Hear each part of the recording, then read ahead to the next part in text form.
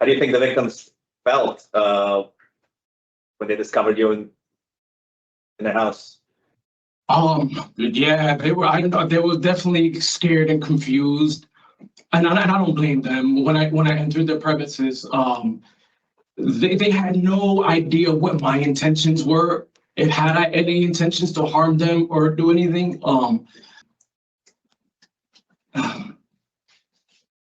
There were children in the house, right? 7 children, young children in the house. yeah. Why you get So charged. Part of your conviction is risk of injury, right? Because of that. yeah, that was a risk of injury for that. Yes. We are about to watch the parole hearing of a Ch0m0, who was sentenced to 15 years in prison for what he did to his cousin, but it's all a gimmick because it was suspended after just 42 months. Now, it didn't take long for him to violate that probation and suspended sentence that he was on. It was just a matter of a few years, but nothing happened. They let him go with another suspended sentence and then another suspended sentence. And then finally, he has this home invasion. I don't know what else you could categorize it as, but they don't. They don't sentence him as a home invasion. Instead, they just give him a violation of probation and sentence him to another 54 months. I go over all of the months all together, and it's more than 15 years of suspended sentences, close to 20 years of probation, but yet up for parole just 1 year into this current sentence. It's the DAs and the judges that are responsible for releasing these repeat dangerous offenders back into the community with gimmick sentences. Again, how is it possible if he is backing over 15 years to have parole just 1 year after pleading guilty to this last crime? But here we are in the state of Connecticut. Now, he has a horrific parole hearing. It is laughable to how he approaches it, not to mention he shows absolutely zero remorse or reflection. Do you think they will parole him anyways? Let's find out. Luis Reyes, inmate number 408-103.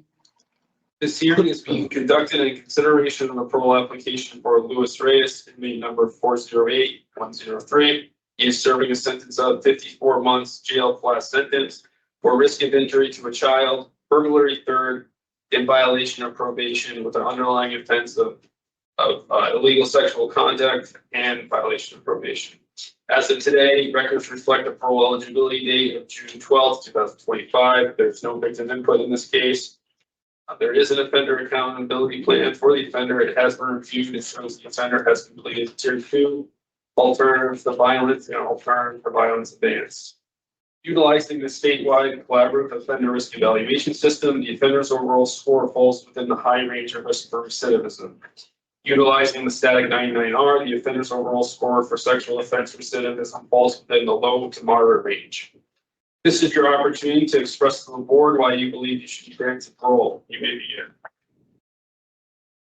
Well, I first of all would like to say thank you for giving me the opportunity to even consider giving me parole. And so being granted parole will be a blessing. Being granted parole will be a blessing because it'll allow me to get a head start. I know if I don't get granted parole, I have about maybe 1.5 years or maybe 2 years, and eventually I'll get out and do what I have to do. But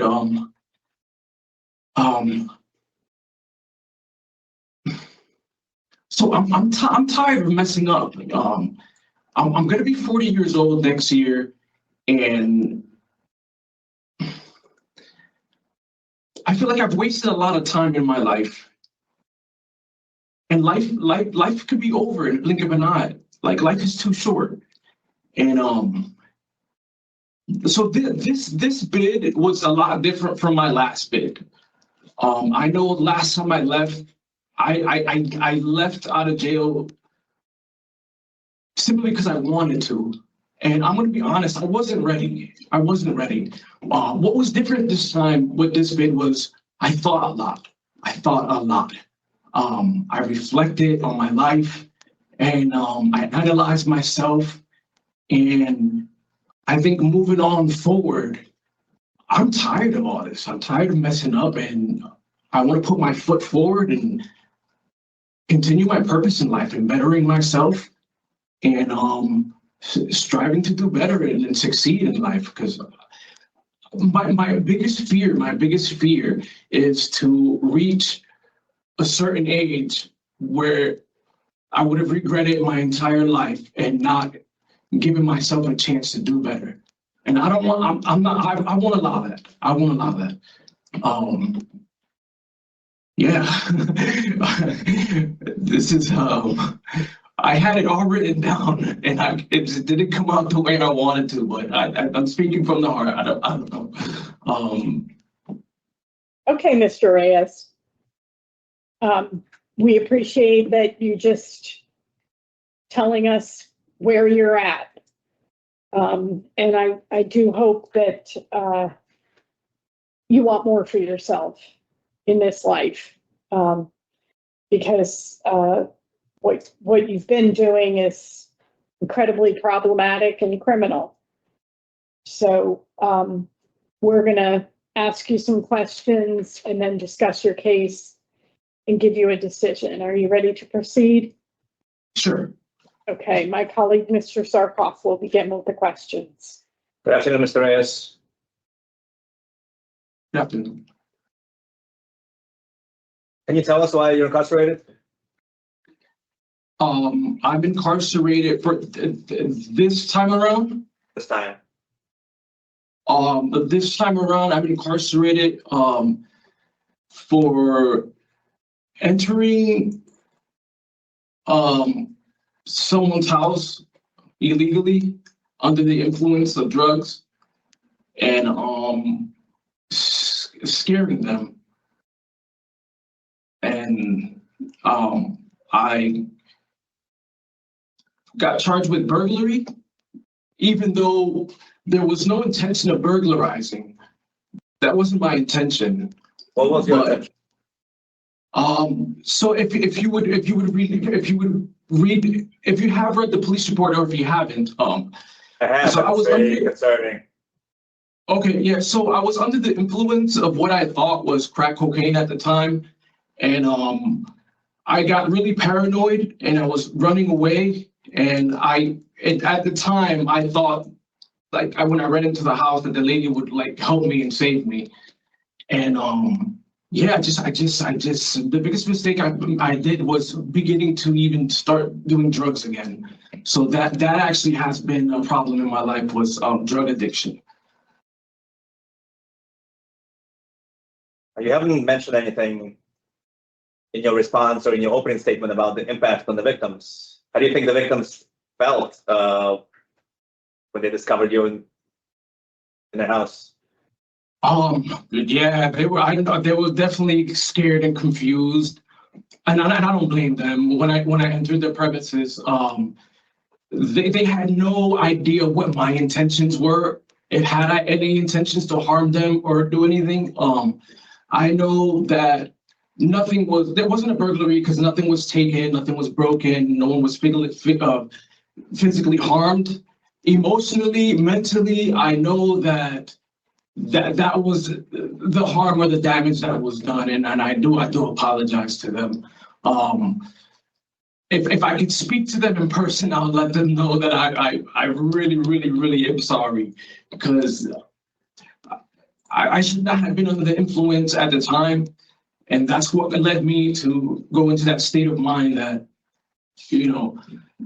allowed me to go get paranoid. I got paranoid and ran in there thinking that the police were coming after me. And There were children in the house, right? 7 children, young children in the house. yeah, Why you get so charged.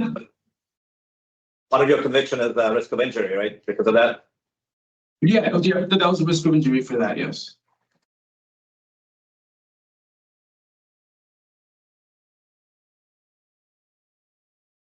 Do you consider yourself an addict?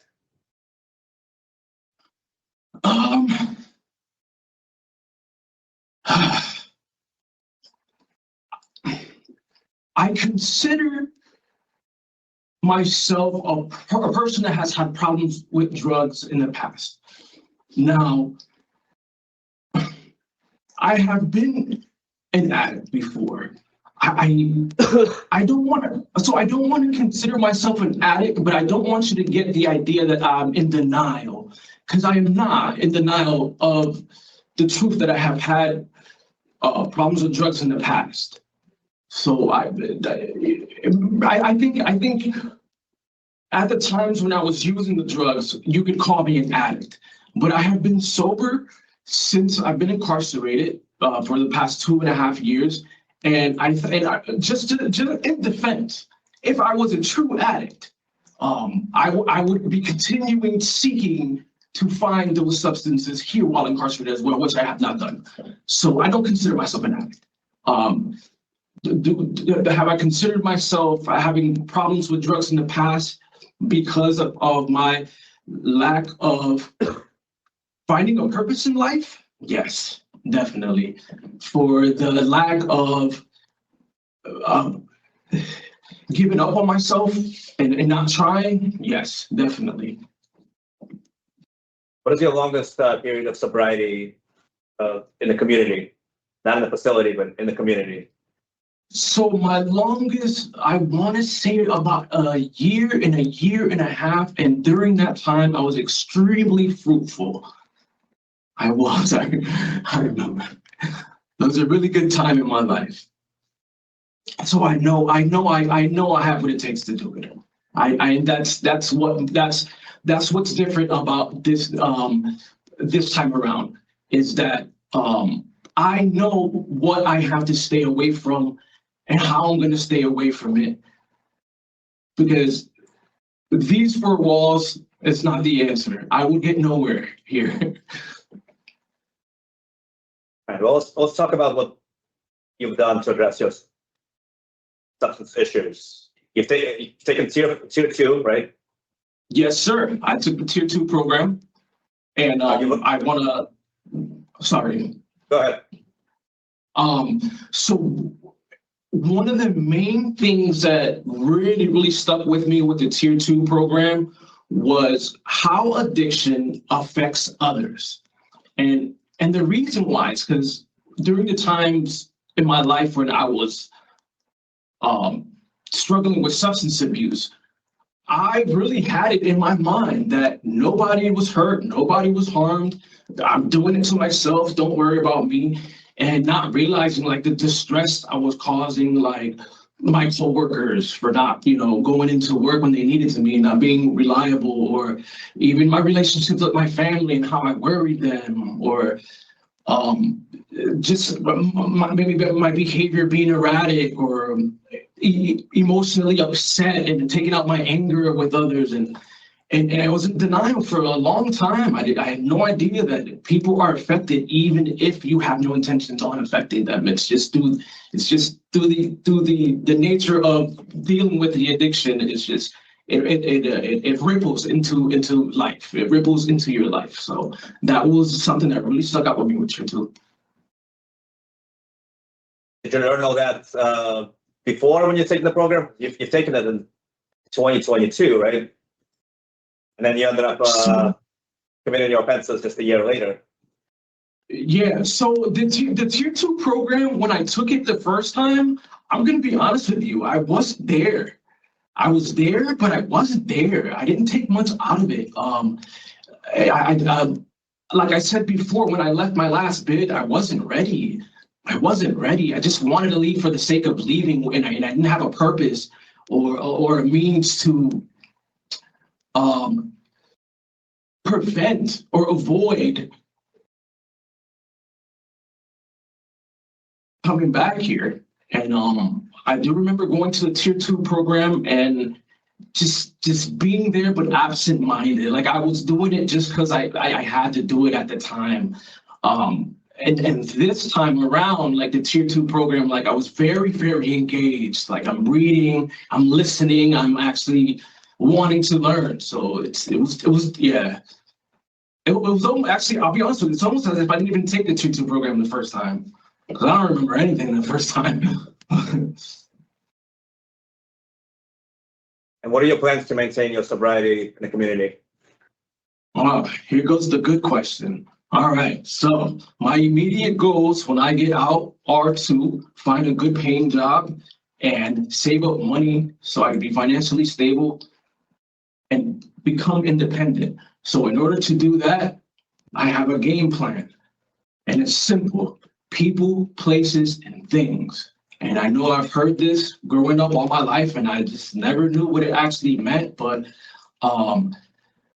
one of my goals when I leave out of here is finding like-minded individuals like myself that want to progress in life, and being able to be okay with not becoming friends or letting people go letting people go that I see don't have the same goals in life. And that was a major issue with me.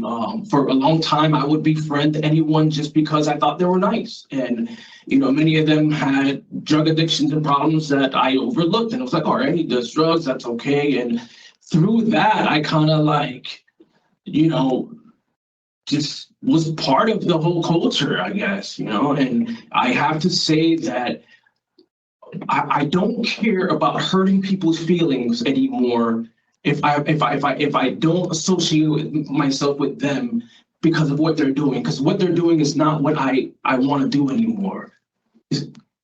What about your plan to maintain your sobriety?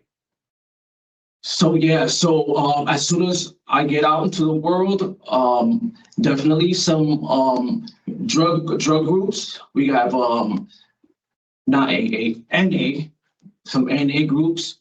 And sticking my spirituality. I think I've neglected religion and spirituality, and I'm missing that part, you know, to complete like the mind, body, and soul.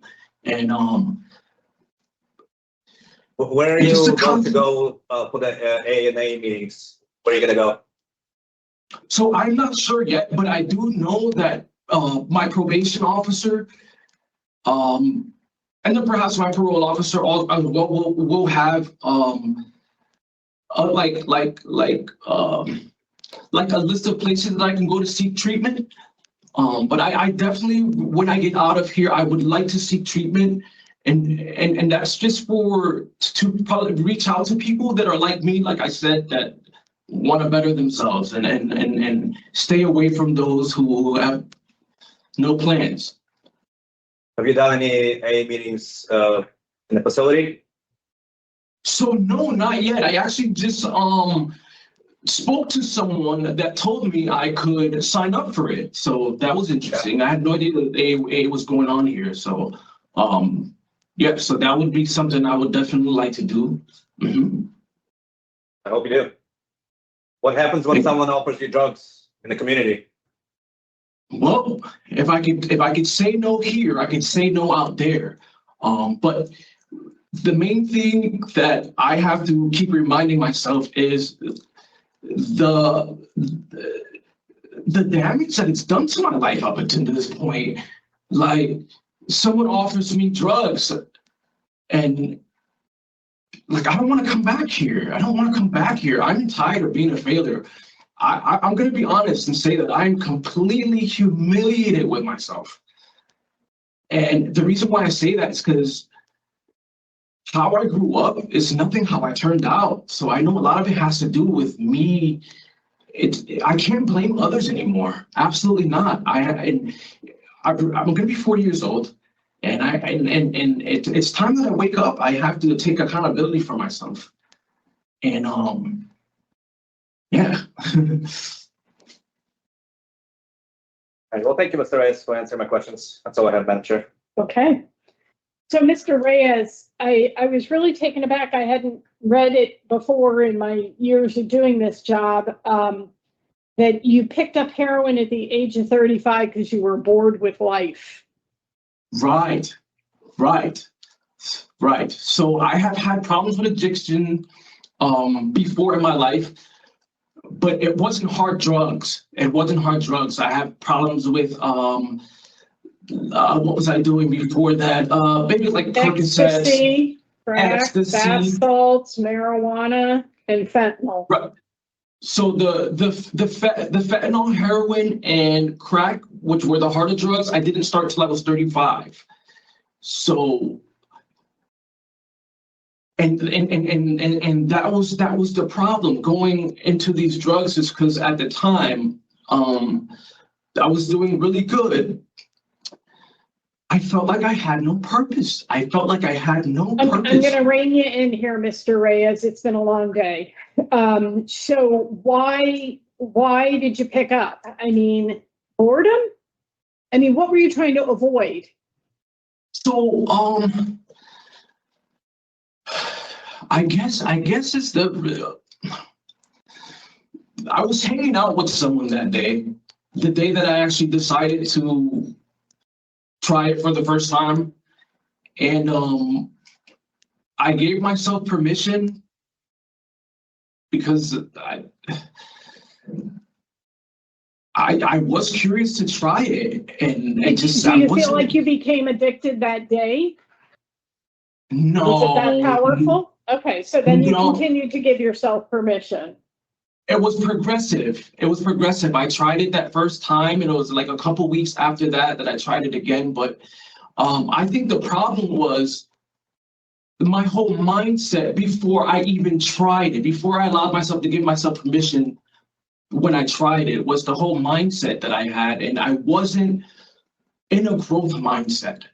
At the time that I allowed myself permission, I wasn't focusing on how I could better my life. I was just focusing on just living and maintaining at the moment. And I didn't have any goals or any plans at the time. And I was just wandering around aimlessly. I get it. So have you ever heard the expression, once an addict, always an addict? If you are an alcoholic or were an alcoholic, you are an alcoholic today. Yes. Okay, so I'm offering that to you for future thought, because I think you're being incredibly naive about the role addiction is playing in your life. And yes, we know there are drugs in the prison, and congratulations for staying away from all of it. But when you get back out into the real world and the same pressures, the same opportunities, the same cravings, the same places crop up in your life, you need a plan. You need a robust relapse prevention plan. I'm glad that you know about Wheeler. I hope you'll use the time remaining on your sentence to really dig in on NA and start working the 12 steps. It's not just about attending meetings.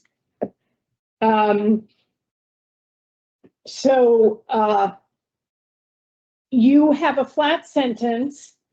You'll be done in June of 2027. And if we grant you today, you would have to go back into the community and participate in problem sexual behavior treatment. Is that something you're willing to do? Absolutely. Okay, well, I'm checking because you haven't completed it.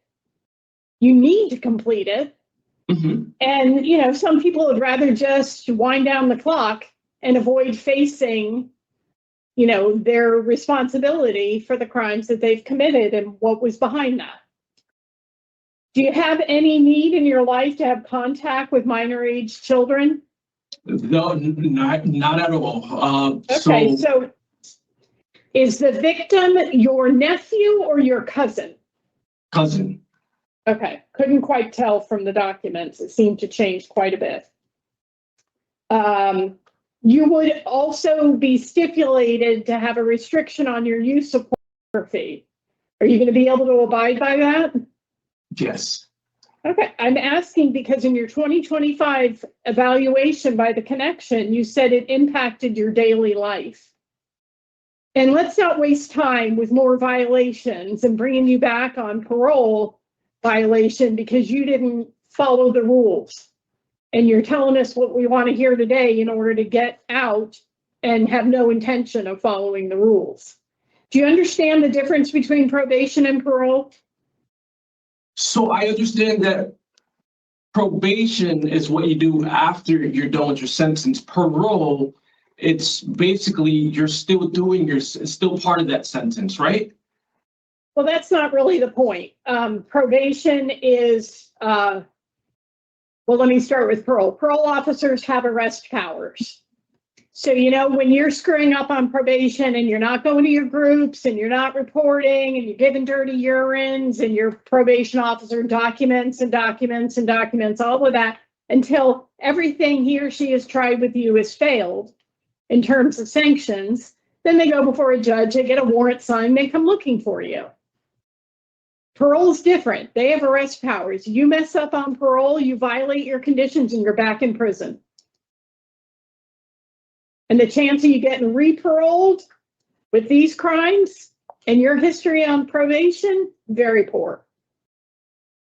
So you need to take the conditions seriously, the stipulations, but you also, like you said, understand your parole officer has access to programs and services to help you. They want you to be successful, and it's up to you to develop that relationship with your parole officer. They can impose consequences when you make poor decisions and violate the law, but they want you to be successful. They want to work with you. So bring a positive mindset to it if you are to be granted. You're going to go to your dad's house in Manchester? You covered Yes. that. And you have no need to have any contact with the underlying victim of your crime? Absolutely not. They live in another state at the moment. That's a good thing. All right. Yes. Mr. Rodriguez, any I don't questions have for any Mr. questions, Reyes? Madam Chair. You covered Okay. the questions that I would have had. Well, I think panel member Zarkov did. All right. So if you'll give us just a few minutes, Mr. Reyes, please don't interrupt. Let us talk. Okay. Well, Mr. Reyes went rate high and the rest is the recidivate rates low, medium, or static 99. He was on probation for a serious offense. He committed the burglary, risk of injury.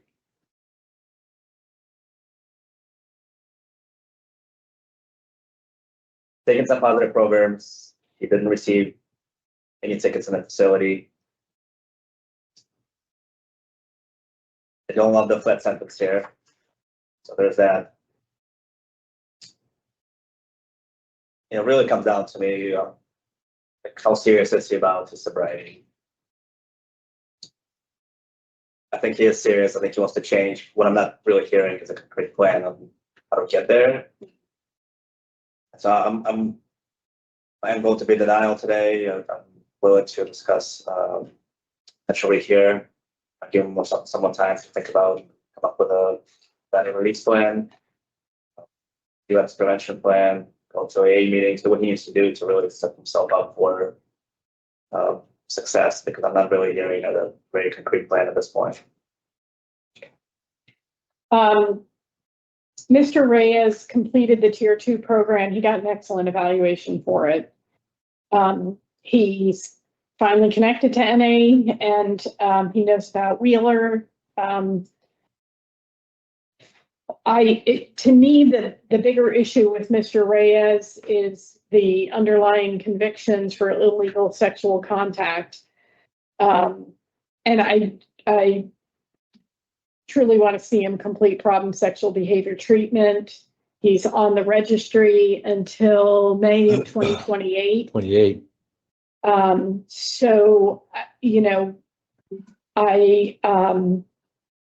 I'm willing to vote to grant him today because I want the time spent in the community doing the programming and having the oversight of parole to monitor him very carefully. And that would include, drug use as well. So I actually have him granted today. Mr. Rodriguez? Madam Chair, I'd like to see him on the community as well under supervision, just see how he does. He has a flat sentence, and I'd really like to see him under some really strict supervision for a while. Hopefully he can get his life together. that way. And it would, take care of the issue of getting him back involved, and we can get him back involved in the sex offender program. And I think just provide some more deeper supervision for him. That would be a grant today.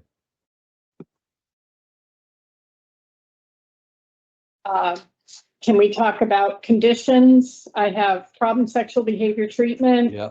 no contact with minors, enhanced device monitoring, Yeah. restriction on pornography, mental health evaluation and treatment is deemed necessary. Necessary. And then I have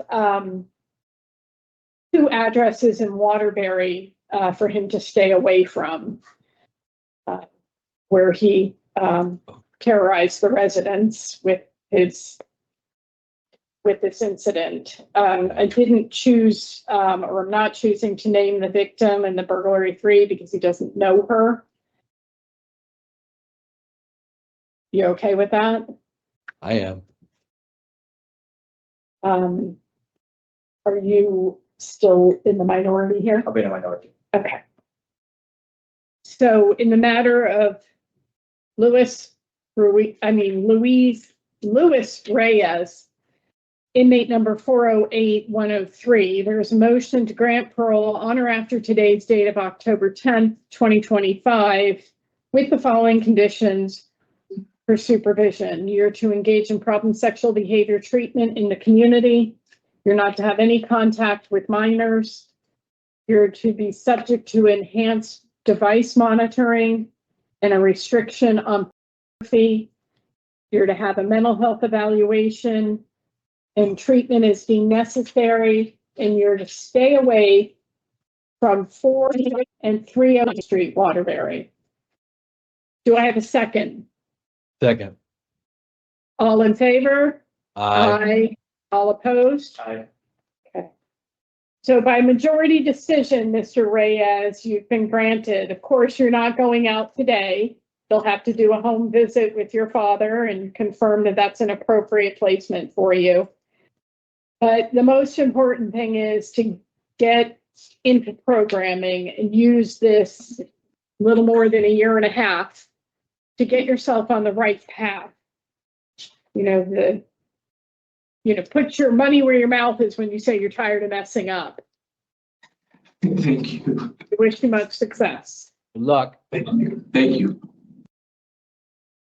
It's a hearing for Reyes, inmate number 408103. They literally go out of their way to make up excuses to parole people.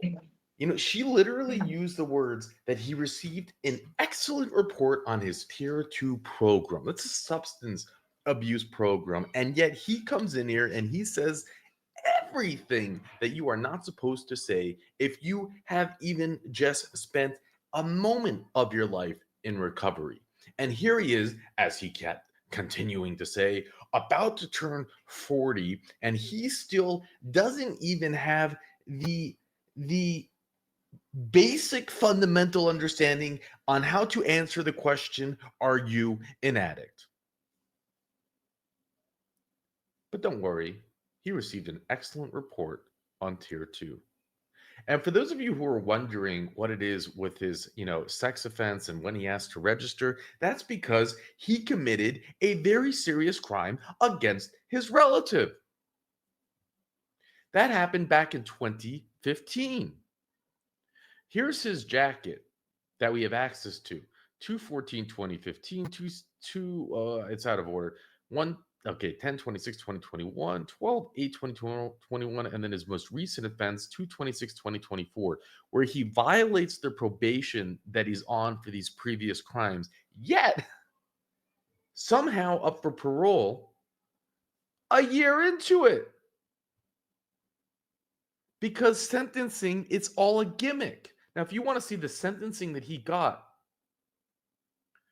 for that initial crime against his cousin, illegal sexual contact, he received a 15-year prison sentence, but we know that's a gimmick because it was suspended after 42 months.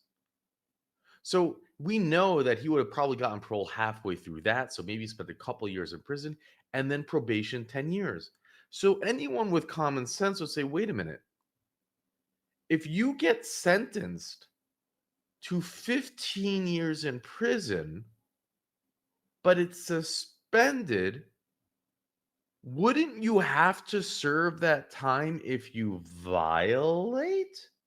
Wouldn't he have had at least another, I don't know, 11, 10 years in his jack? We hear the parole board say that all the time. You mess up, you're going to be backing more time. But no, you're not.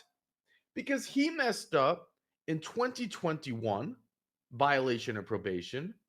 But don't worry, he was out again 2 months later for failure to register, where he's sentenced to 1 year in jail. So I don't know what this violation did. Apparently nothing, because 2 months later, he was sentenced to 1 year in jail. And then 2024, he violates his probation again for what was a home invasion. He invaded a home. Do you know that the legislation in the state of Connecticut is the second most strict out of all 50 states for home invasions? It is a minimum of 10 years in prison in the state of Connecticut. I can't remember who the most severe state is, but the reason that Connecticut is so severe is because of the Cheshire home invasion, the horrific home invasion of a family where the most horrific, unimaginable things were done to the children and the wife, and because of that, the Connecticut was outraged and said, we need to make it strict. If someone invades a home, minimum of 10 years. But it's all a gimmick. Because he invades a home, and what's he get? I don't know. It's a sentence, 54 months in jail. He's backing over 10 years. This was his second violation of probation. And look at this. In 2021, he was sentenced to 138 months of jail. Not very good at math. 10, 20, 30, 40, 50. 60. What is that? Like another 7, 8, but suspended after 2 years. Another 7 years probation. So the gimmick judges, when he first violates in 2021, sentences him to another 138 months, suspended after 2 years, another probation. Are you keeping track? That's 17 years probation. I don't know how many suspended years this is. Maybe we're up to 20 suspended years. He violates again in 2024 in the home invasion. And he gets another 54 months. But here we are, October of 2025, and he's given parole. He has done nothing to earn it. He is not taking any programs. He lied through his hearings. He shows absolutely zero remorse. Where's the accountability? You know, it's this kind of stuff that the world needs to see. Only recently we're now seeing, you know, on Twitter, and the people are they're getting outraged. They're getting outraged that repeat felons, repeat monsters, repeat vicious attackers are being released into the street on these gimmick sentences by these gimmick judges and these gimmick DAs that like to gaslight us. And we see it every day, and we're sick and tired of it.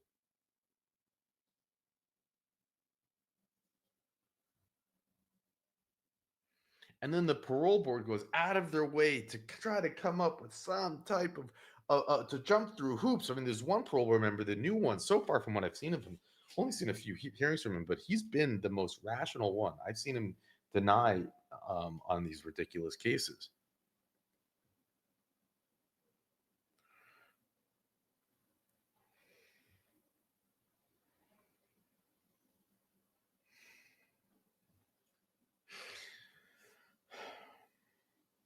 You know, the fault goes to the judges and the DAs. The parole board is trying to think, they're trying to jump through hoops. They're like, well, we want him on special parole for a little bit of time, but it's all a gimmick again because he has probation. Oh, so a parole officer can watch him. You know what? It's good for us. It's good for the channel. He's going to violate. We'll have him on the return of, right? We'll have a revocation hearing coming up soon. When is his special parole date go to?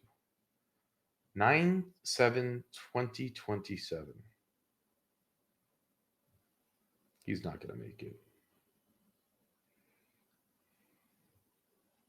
But if this was Louisiana, they would say no chance. We don't care.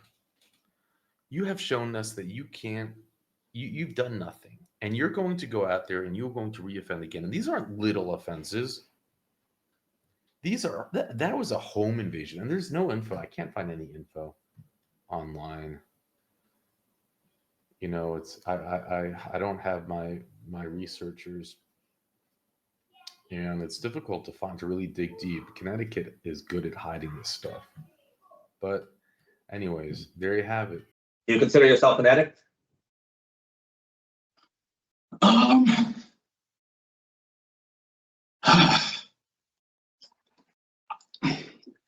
I consider myself a person that has had problems with drugs in the past.